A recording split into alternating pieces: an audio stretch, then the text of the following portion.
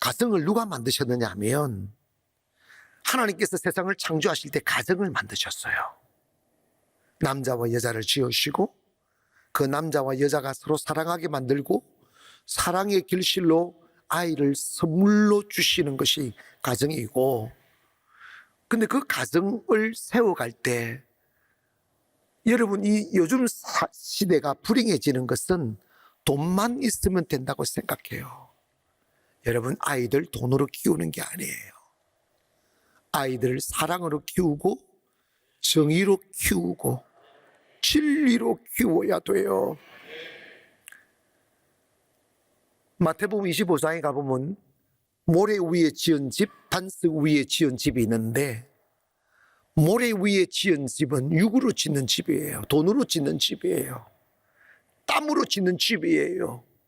근데 살다 보면 언젠가는 창수가 나고 비바람이 부는 거예요. 그런데 모래 위에 지은 집은 쉽게 짓는 듯 하여도 환난 있고 시험 오면 와르르르르르 무너져 버려요. 여러분, 자식 위에 헌신하는 부모의 수고를 계산한다면 무엇으로 계산하겠어요?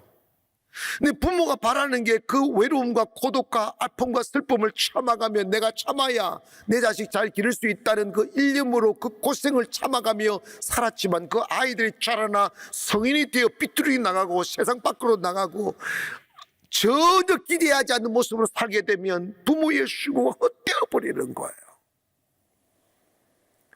반석 위에 집을 지으라는 거예요. 진리 위에 가정을 세우시라는 거예요. 자녀들을 하나님의 말씀 위에 세우라는 거예요.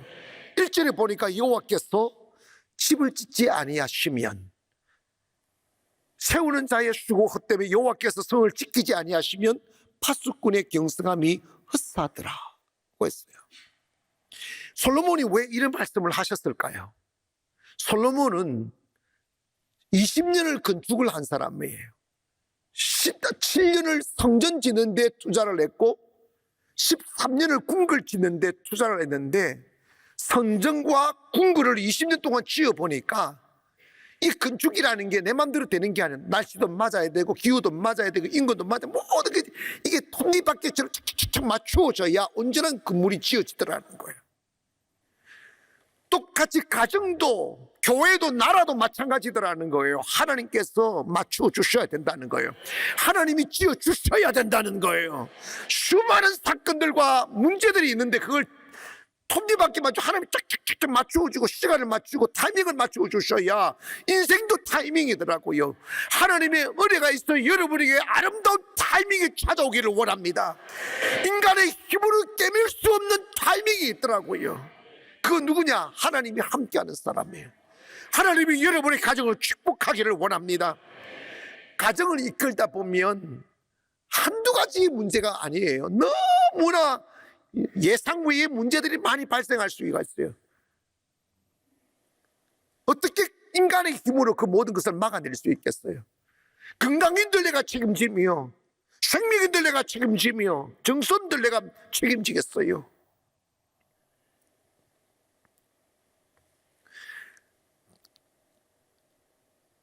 2절에 보니까 너희가 일찍이 일어나고 늦게 누우며 수고의 떡을 먹음이 헛되도다. 그러므로 여호와께서 사랑하는 자에게 잠을 주시는도다. 우리가 아무리 죽더나 일찍 일어나고 늦게 누우며 별을 보고 일어나 별을 보고 들어가며 노동하고 수고하고 애를 써 돈 하며 돈 벌면 될 줄 알고 그렇게 살아간 사람들은 그의 수고가 헛되단 말이에요. 진리 안에 노력하고 믿음 안에 수고하고 가정을 믿음 위에 세워난 뒤에 돈도 뭐도 필요하지, 믿음 깨어지고 주 사랑 없고 그 자식들의 가슴에 하나님이 없는데 무엇으로 그들을 정의롭게 세울 수 있습니까? 하나님 도우심이 있어야 잠을 잘 수 있다, 편안할 수 있다, 안전할 수 있다, 이런 것이죠. 목회하다 보면 성도들의 눈물의 90%는 가정의 문제예요. 통곡하고 슬퍼하고 가정에 들어가면 따뜻하고 자녀들을 생각하면 희망이 보이고 꿈이 느껴지고 이래야 되는데 가정에 들어가면 어떤 가정은 막 절망이 느껴지고, 내가 이런 분위기에서 얼마나 살 수 있을까?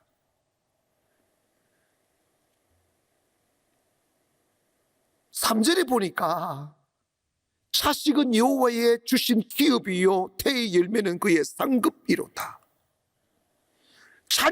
자녀들이 내 소유이거나 근심 덩어리가 아니라 하나님이 함께 하시면 자녀들이 축복이 된다는 거예요. 기업이란 뭡니까? 이윤을 갖다 주는 수입원이고 힘이고 자랑거리잖아요. 여호와의 주신 자녀는 기업이라는 거예요. 그리고 태의 열매는 그의 상급, 자녀가 여러분의 상급이 되어야 되는데 자녀들이 건강하지 못하고 올바르게 성장하지 못하면 부끄러움이 되잖아. 슬픔이 되잖아. 가정이 행복하려면 부모가 잘 되는 것보다 자식이 잘 되는 게 훨씬 좋습니다. 동의하시죠? 여러분의 자녀들이 여러분보다 더 잘 돼야 돼요. 자녀들이 무너지면 그 가정 무너지는 거예요. 자녀들이 쾌락에 타락해버리면 무너지는 거예요. 아이들을 건강하게 자려면 공동체 생활을 가르쳐야 돼요. 교회가 그 역할을 하는 것이죠. 아이 와서 함께 뛰놀고 말씀 듣고 같이 밥 먹고 같이 자고 배려하고 용서하고 수용하고 포용하고 이해하고 이런 것들을 가르쳐야 정상적인 사회생활을 하죠. 딱 공부를 하면 아이언맨 돼버린다니까.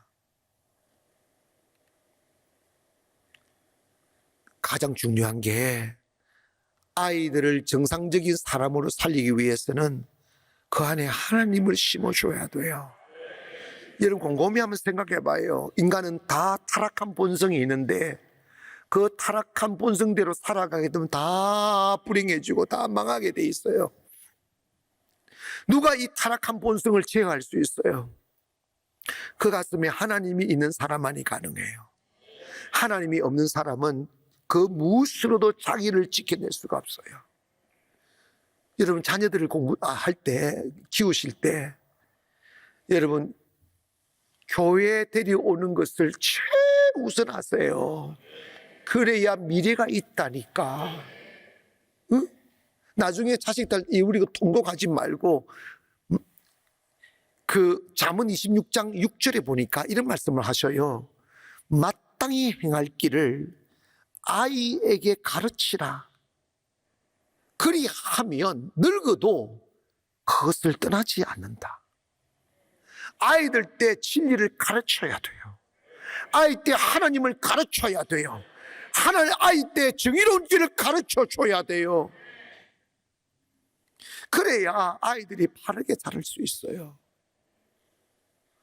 여러분 아이들 배부르게 만들어주고 좋은 옷 입혀주는 것을 가치로 삼지 마세요. 좀 가난하게 살아도 배고프게 살아도 하나님 경외하는 모습 가르치고 예배를 가르치고. 근데 여러분 저희 교회도 모태신앙이 참 많아요. 모태신앙은 부모님 때부터 교회를 다닌 사람들이에요. 태어나면서부터 교회 유아 세례 받고 하는 사람들이 모태신앙인데 좀 안타까운 말씀입니다만 모태신앙인일수록 열심히 덜해요. 좀 그래요. 하여튼 하나도 하는 게 없는데 또 안 하는 것도 없어요. 하는 듯하고 안 하는 듯하고 쓰러졌나 보면 또 와 있고 또 갔나 싶으면 또 와 있고.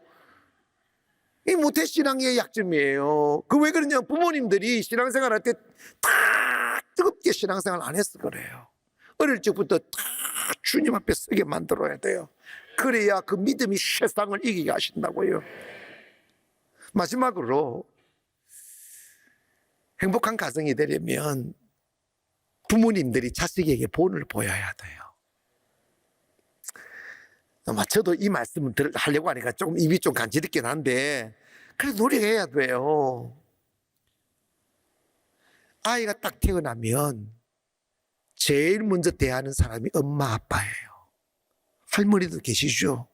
그런데 어쩔 수 유전적으로도 그렇고 환경적으로도 그렇고 가장 운명을 결정할 수 있으리만큼 많은 영향력을 받는 분이 부모예요.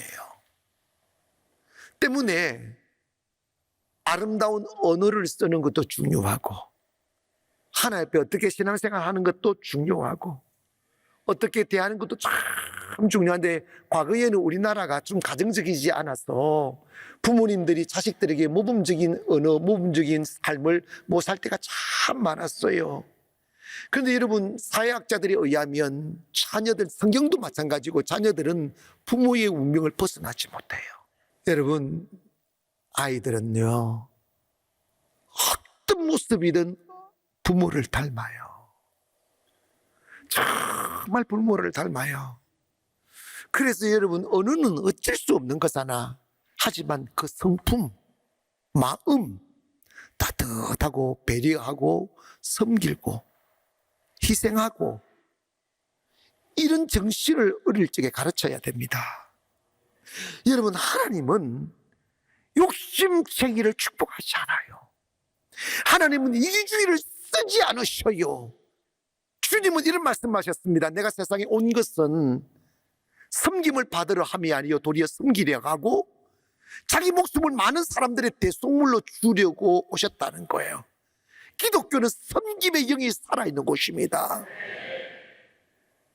요즘은 너만 먹으라고 가르치잖아요. 조심하라고 사람 경계시키고.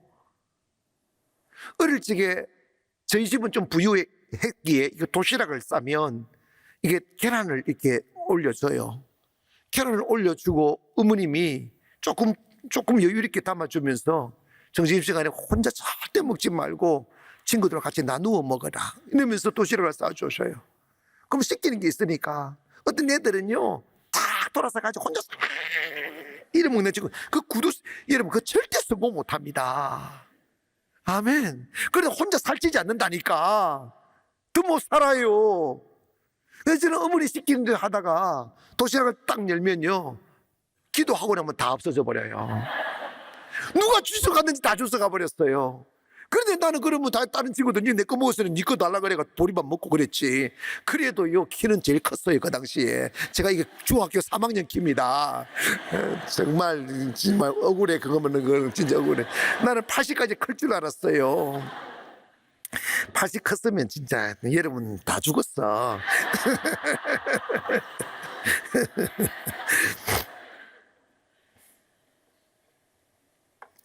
자식들에게 섬김을 가르쳐야 돼요. 길들여져야 돼요. 헌신을 가르쳐야 되고 배려를 가르쳐야 되고. 세상이 있지 않습니까? 세상은 절대로 혼자 사라지지 않아요. 행복하려면 이웃이 좋아야 돼요.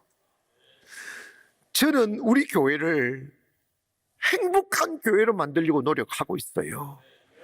그러니까 처음에 교인들이, 성도님들이 이렇게 오시면 어머나 이 교회 좀 이상하다 그래요. 왜 그러냐면 너무 밝다고, 너무 행복하게 보인다고, 다들 웃고 다닌다고. 아직 웃고 다니지 않는 분들은 오신 지 얼마 안 된 분이에요. 저를 알게 되면 웃게 돼 있어요. 배려하고 사랑하고 섬기려고 하면 웃을 수밖에 없지요. 여러분, 그런데 놀라운 것은 기독교의 신비는 섬기면 복을 받아요. 여러분, 저는 여러분의 자녀들이 잘 돼야 된다고, 잘 돼야 여러분 가장 행복할 수가 있어요. 세상에다가 여러분 아이들 맡기면 안 돼요. 그 속에 뭐가 들어간지 아십니까? 그 마음이 어떻게 바뀌는지 아무도 모른다니까. 그래서 나중에 좀 커서 대화를 해보려고 하니까 부모가 충격을 받는 거예요. 내 자식이 아닌 거예요. 이 꽉 막혀버리는 거예요. 무슨 낙이 있겠어요? 그 안에 따스함이 들어가고 배려가 들어가고 이해가 들어가고 풍성한 감성이 들어가서 이게 품어줄 수 있는 사람이 돼야 되는데 너무 날카로워요. 경쟁 속에만 있었기 때문에. 그래서 저는 그제 그 기관장으로 이야기할 때 이런 이야기했어요. 지금 학교나 다른 기관에서 이 세상 바꿀 수 없다. 제가 곰히 생각해 봤어요. 우리 대한민국 교회가 놓친 게 하나가 있어요. 사람을 기르지 않은 것입니다. 예배만 드리고 헤어지고 예배만 드리고 헤어지는 것, 사회적인 책임을 감당하지 않았어요.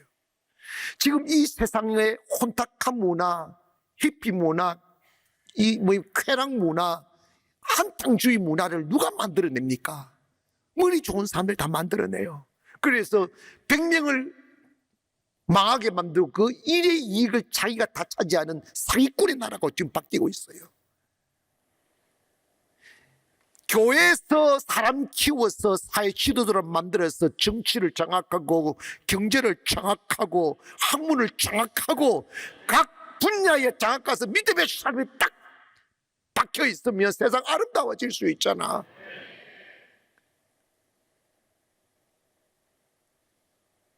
교회들이요, 빨리, 저도 이렇게 우리 교회가 생긴 지 얼마 안 됐지만 정말 힘이 버겁지만 이곳에 오자 준비도 안 된 상태에서 기독교 대안학교를 만들었잖아요. 근데 며칠 전에 여기 와서 그 아이들이 찬송하는 걸 보면서 내가 딱 보면 알잖아. 우리 교회 다니는 아이들 다르지만 그 중에서도 벌써 다르지, 스피리트가 다르더라고. 끌렁끌렁 하는 게 없어졌더라고. 공부하게 되고. 저는 우리 교회 지금 이렇게 막 급행으로 이렇게 일어나서 이러지만 교회가 더 안정되고 더 힘이 있어지고 하면 점점 학교들을 아름답게 만들 겁니다. 아름답게 아이들에게 길을 열어주고 꿈을 가지게 만들고 정말 이 사회를 견인할 수 있는 지도들을 만들어야만 됩니다. 방송 이 패널들 이야기하는 걸 들어보세요. 내가 화가 났어요. 사회를 망치는 정신을 가진 사람들은요, 말을 너무 잘해요. 거짓말을 참말처럼 포장을 하는데 화가 나요. 그런데 진짜 애국자들은 말을 못해. 왜 그런지 공부를 덜 했어. 그래서 내가 엊그제 그랬더니 그분이 이야기하냐면 자기가 다 들어보니까 조금 좌쪽에 있는 사람 공부를 그렇게 열심히 하고 교육을 많이 받는데 우쪽에 있는 사람은 공부를 안 한다는 거야. 말싸움 붙이면 다친다는 거야. 공부 좀 하세요. 아이들을 초엘리트로 길러내지만 믿음 안에서 초엘리트를 길러내야 돼. 이해가시면 아멘. 그래서 내가 학교 담당자한테 이야기했어요. 조금 부족한 아이들 오면 개인 교습시키라. 개인 교습시켜서 다 끌어올리라. 여러분 있잖아, 정말 이게 중요합니다. 교회 와서 은혜 받고 꿈만 생기면요 다 따라가요. 하나님 지혜 주신다니까. 공부 안 해서 그렇지, 공부 안 하고 딱 마음먹으면요 학교에서 학원에서 10시간 앉아있는 것보다 딱 마음먹고 하면 1시간 앉아있으면 훨씬 더 효율적이에요. 된다니까. 응? 세상에 나가야 되는데 지식도 쌓고 영성도 쌓고 믿음도 쌓아서 세상에 내보내야, 여러분 결국은 자식들이 잘 돼야 가정이 행복하지. 자식 무너지는데 무슨 돈이 필요합니까? 자식 무너지는데 무슨 가정이 필요하냐고. 그래서 여러분 자식들 보시면서 기도하는 모습 보이세요. 헌신하는 모습 보이시고 하나님 경외하는 모습 보이시고, 내 아버지 가슴에는 하나님이 계셔, 내 어머니의 가슴에는 하나님이 계셔. 이것만 보여드린다면 여러분이 자식들 성공하게 돼 있어요. 자식들 주님 앞에 세우세요. 믿음 위에 세우셔야 된다니까. 우리가 구성전 있을 때부터 저희 교회 주일학교 학생회가 잘 됐어요. 왜 그러느냐면 부모님들이 교회는 안 다니면서 자기 아이들 교회에다 떨어뜨려 놓고 마칠 때쯤 되면 찾으러 오는 부모님들이 꽤 계셨다는 거야. 그것도 미친 거지. 자기가 믿음이 있어야지, 자기가. 근데 왜 그러느냐니까 아이들 교회 보니까 달라지더라. 분명히 달라져요. 아시겠어요? 아이들 진짜 우리 교회 완전 딴 세상 된다니까. 왜냐하면 제가 경험해 봤어요. 저는 학원이라는 걸 구경도 못한 시대잖아. 학원이 없었으니까. 그리고 시골에 무슨 학원이 있어요? 근데 이런 목사님 세계가 보면 믿거나 말거나 저를 초엘리트 목사로 인식을 해요. 내 선생님은 소였다니까. 나는 학원을 안 가도 피아노를 쳐요. 소한테 배웠어요. 학원을 안 가도 영어를 해요. 소한테 배웠다니까. 왜 그러느냐? 꿈이 있으니까.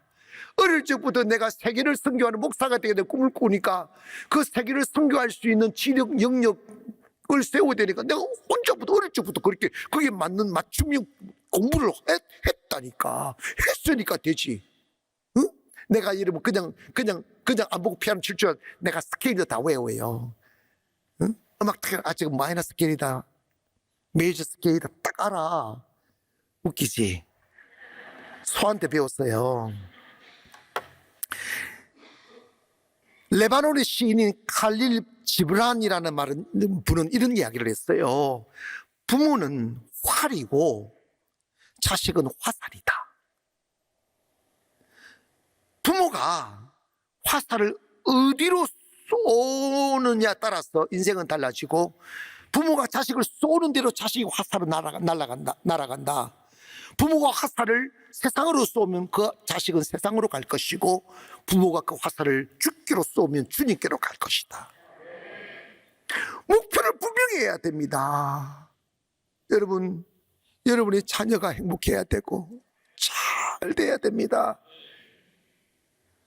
공부시켜야죠. 중요합니다. 그것보다 더 중요한 게 영혼을 살리는 것입니다.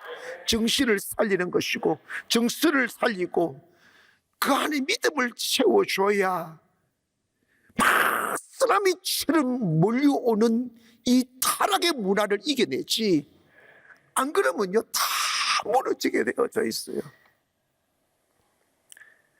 요즘 대한민국이 가정이 무너지다 보니까, 결손 가정이 많아지다 보니까, 가정 생활의 불행을 자식들이 보고 살았으니까 결혼 기피 현상이 벌어지는 거예요. 그렇게 싸우고 미워하고 정오할 바에 왜 결혼을 하느냐고, 자식은 왜 낳아서 우리를 불행하게 만들었냐고 그렇게 되던다니까. 왜 그렇습니까? 그 가정이 하나님 없는 가정이니까 모래성인 거지. 가정은 하나님이 세우시는 곳입니다. 그 가정이 아름다우려면 그 가정의 중심에 하나님을 모셔다 놔야 됩니다. 세상을 끌어들이면 안 돼요. 욕심 끌어들이면 안 돼요. 가정 속에 하나님을 경외하는 소리가 노래 퍼져 나오게 되고, 엄마도 아빠도 하나님을 경외하는 모습 보이고, 형식적으로 아닌 진심으로 눈물 뿌려 기도하는 아버지의 모습을 자식들한테 보여주시라고 자식이 비틀어지는가? 위선적 신앙생활 하니까 자식들이 빗나가는 거예요. 아빠 가짜다고. 오늘 여러분, 먼저 여러분의 가정이 행복해지기 위해서 여러분의 가슴 속에 하나님이 들어오시기를 원합니다. 고람되어 하나님 앞에서의 삶을 사는 거요. 하나님 찬양한다고. 나는 하나님을 예배하기 위하여 살아가는 사람이라고. 법으로 사람 만드는 게 아니에요. 하나님이 여기 들어와야 돼요. 여호와를 경외하면 풀 가운데 솟아나는 버들같이 하신다고 그랬어요. 자식들 풍성하고 왕성해지고 형통해지는 축복을 보기를 원합니다. 그러기 위해서 여러분의 가문의 뿌리를 시냇가에다가 두시기를 원합니다. 주님 앞에 탁 두어야 돼요. 우리 엄마 어디 갔을까? 자식들이 나이트클럽에서 엄마 찾고 있으면 안 돼. 나이트클럽에서 아빠 찾고 있으면 안 된다고. 이 시간에 엄마 어디 갔을까? 딱 한 곳, 교회 갔을 거야. 그것만 딱 되면요, 가정되게 돼 있어. 가정되게 돼 있어요. 사랑하는 여러분, 교회는 축복의 근원이에요. 생명의 근원이에요. 가정의 시작입니다. 여러분 자식들 믿음 위에 키우시기를 바랍니다. 그러시면 여러분 자식들로 인하여 웃을 수 있는 날이 온다고요. 명예가 되고 상급이 되고 축복이 되는 그 날이 온다고.